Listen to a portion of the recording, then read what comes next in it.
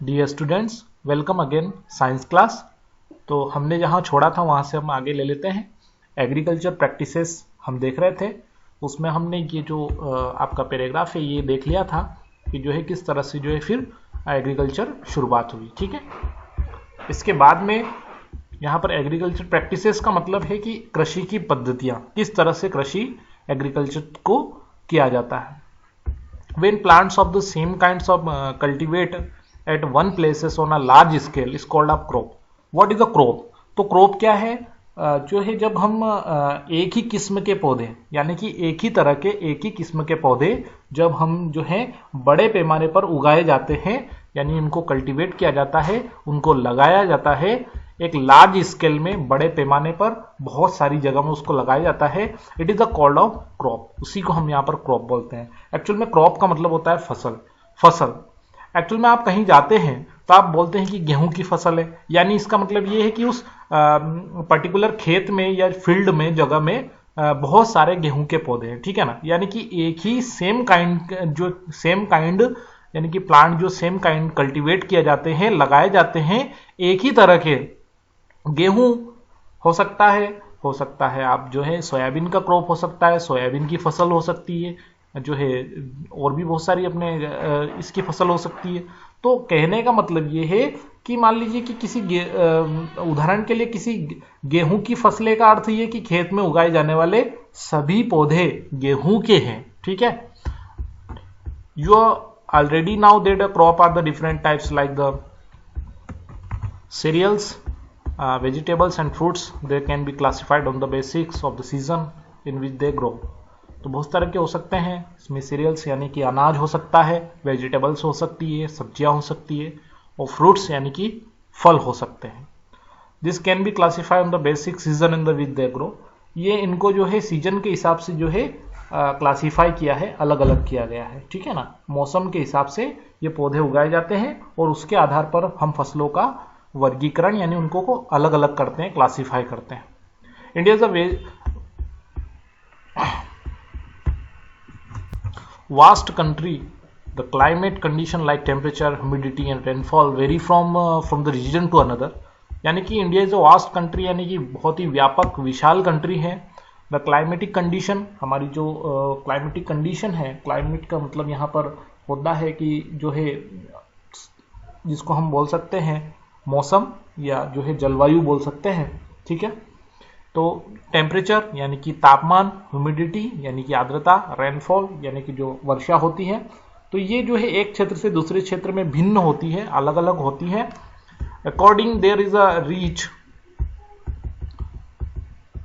variety of crops grown on different parts of the country.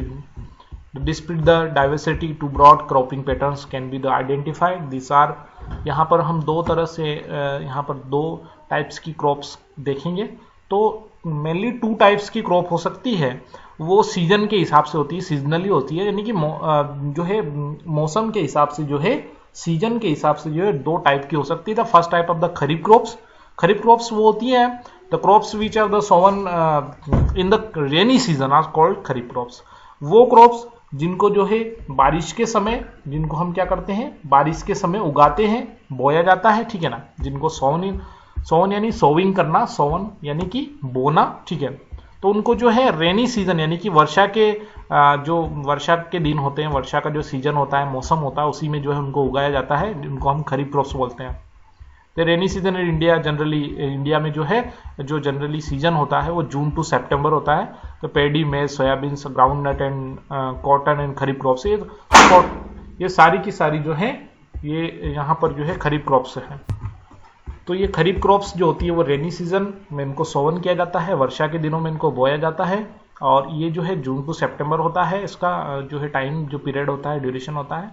और paddy, maize, soybean, ground nut and cotton, जो है cotton, ये जो सारे के सारे ये खरीफ क्रॉप्स में आते हैं।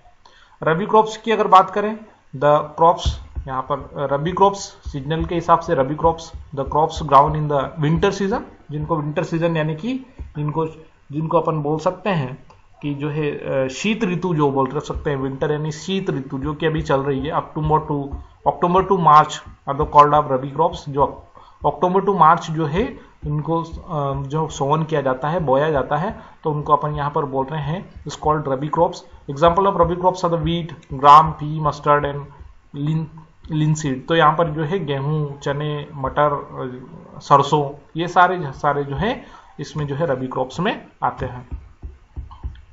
इसके अलावा अगर अपन बात करें तो beside the pulses and vegetables is grown during summer at many places, तो इसके अलावा भी कई स्थानों पर दालें और सब्जियां ग्रीष्म ऋतु में भी उगाई जाती है। ऐसा कुछ नहीं है, यानी कि ग्रीष्म ऋतु में भी कुछ जो वेजिटेबल्स होती है या जो दालें या सब्जियां होती हैं जिनको अपन बोलते हैं यहाँ पर, तो वो भी समर के दिनों में उगाई जाती है। तो हमने अभी तक देखा कि जो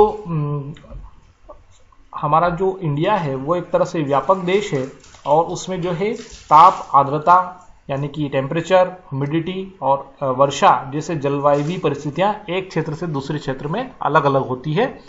कहीं कहीं हमारे देश में ऐसी जगह है जहां पर बहुत ज़्यादा बारिश होती है, बहुत जगह ऐसी है जहां पर बहुत ही कम बारिश होती है। तो ऐसी बहुत सारी जगह है, ठीक है ना। तो समुद्री तट यानी समुद्र के किनारे जितने भी एरिया हैं उसमें बहुत ज़्यादा बारिश होती है, लेकिन हमारे यहाँ एक और ऐसा प्रदेश है राजस्थान, जिसे रेगिस्तान बोलते हैं, वहाँ पर बहुत ही कम बारिश होती है। तो एक्चुअल में हमारे यहाँ पर क्या होता है कि ये जो एरिया वाइज जो है वर्षा जो होती है वो वर्षा देख सकते हैं, ताप देख सकते हैं, आर्द्रता देख सकते हैं, ये सारी चीज़ें जो है अलग अलग जगह पर अलग अलग हो सकती है, ठीक है ना। इसी की वजह से जो है सीजनल, यहाँ पर सीजन यानी कि मौसम के हिसाब से दो प्रकार की हो सकती है, खरीफ क्रॉप्स हो सकती है, रबी क्रॉप्स हो सकती है।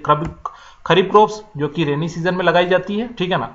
तो यहाँ पर पैडी में सोयाबीन, ग्राउंडनट वगैरह, कॉटन वगैरह खरीफ क्रॉप्स है। रबी क्रॉप्स की अपन ने बात करी थी, वीट, ग्राम, टी, मस्टर्ड, ये सारी की सारी रबी क्रॉप्स हैं, ठीक है। इसके बाद में हम बात कर रहे हैं basic practices of crop production. तो बेसिक प्रैक्टिसेस में जो बेसिक प्रैक्टिसेस हैं यानी कि यहाँ पर अपन कह सकते हैं कि फसल आधारित पद्धतियाँ जो है, ठीक है ना। यानी प्रैक्टिसेस मतलब पद्धतियाँ होता है, यहाँ पर प्रैक्टिसेस मतलब अभ्यास भी होता है, लेकिन यहाँ पर जो है पद्धतियाँ हैं। तो the agriculture practices which are the listed below, यहाँ पर एक लिस्ट दे रखी है कि किस तरह से आप एग्रीकल्चर की प्रैक्टिसेस यानी कि उसको कर सकते हैं। So the first the preparation of soil, यानी कि सबसे पहले आपको क्या करना पड़ेगा, मिट्टी को तैयार करना पड़ेगा। किसके लिए? सोविंग के लिए, ठीक है ना। Next process the sowing. तो सोविंग कब हो पाएगी, यानी सोविंग का मतलब होता है बोना। तो आप किसी सीड को कब बोते हैं, जब सोइल आप तैयार करते हैं, ठीक है ना।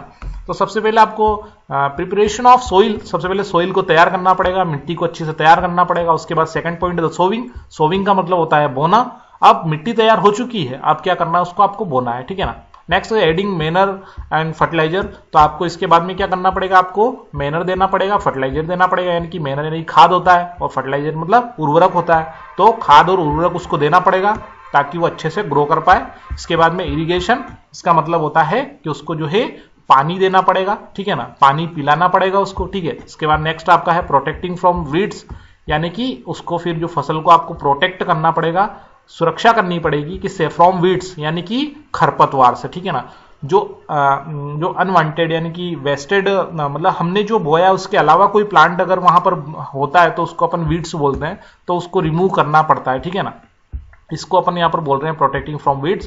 इसके बाद में हार्वेस्टिंग है, हार्वेस्टिंग करना पड़ेगी, उसकी कटाई करना पड़ेगी।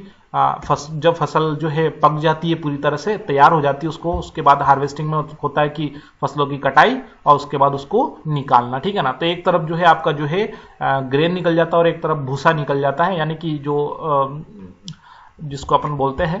तो ये हार्वेस्टिंग होता है और हार्वेस्टिंग के बाद जब निकल जाता है तो उसके बाद जो सीड आपके पास आता है उसको आपको क्या करना पड़ता है, स्टोरेज करना पड़ता है। स्टोरेज का मतलब होता है भंडारण, उसको एक जगह पर उसको सुरक्षित रखना पड़ता है, स्टोरेज संग्रह उसका करना पड़ता है, ठीक है ना। इकट्ठा करके उसको एक जगह पर रखना पड़ता है, उसी को अपने यहाँ पर स्टोरेज बोलते हैं। तो ये सारे के सारे पॉइंट्स है, जिस सारे पॉइंट जो है एग्रीकल्चर में मेंशन है कि एग्रीकल्चर अगर आपको करना है, आपको अगर क्रॉप को उगाना है और उसको जो है उससे जो है प्रोडक्शन लेना है, प्रोडक्ट बनाना है, तो आपको ये सारे के सारे स्टेप्स करने पड़ेंगे। ये सारे स्टेप्स आप फॉलो करेंगे तभी जाके आप एग्रीकल्चर कर पाएंगे, ठीक है ना। तो सबसे पहले प्रिपरेशन ऑफ सोइल है, फिर सोविंग है, फिर एडिंग मैनर और फर्टिलाइजर है, फिर इरिगेशन है, प्रोटेक्टिंग फ्रॉम वीड्स है, फिर हार्वेस्टिंग है एंड स्टोरेज है, ठीक है ना। तो ये सारे आपको करना पड़ेगी। नेक्स्ट आपका हम इसमें प्रिपरेशन ऑफ सोइल है, सोविंग है, एडिंग ऑफ मैनर फर्टिलाइजर है, इरिगेशन है, प्रोटेक्टिंग फ्रॉम वीड्स है, हार्वेस्टिंग है, स्टोरेज, ये सारे के सारे हम जो है एक एक पॉइंट डिटेल देखेंगे नेक्स्ट वीडियो में।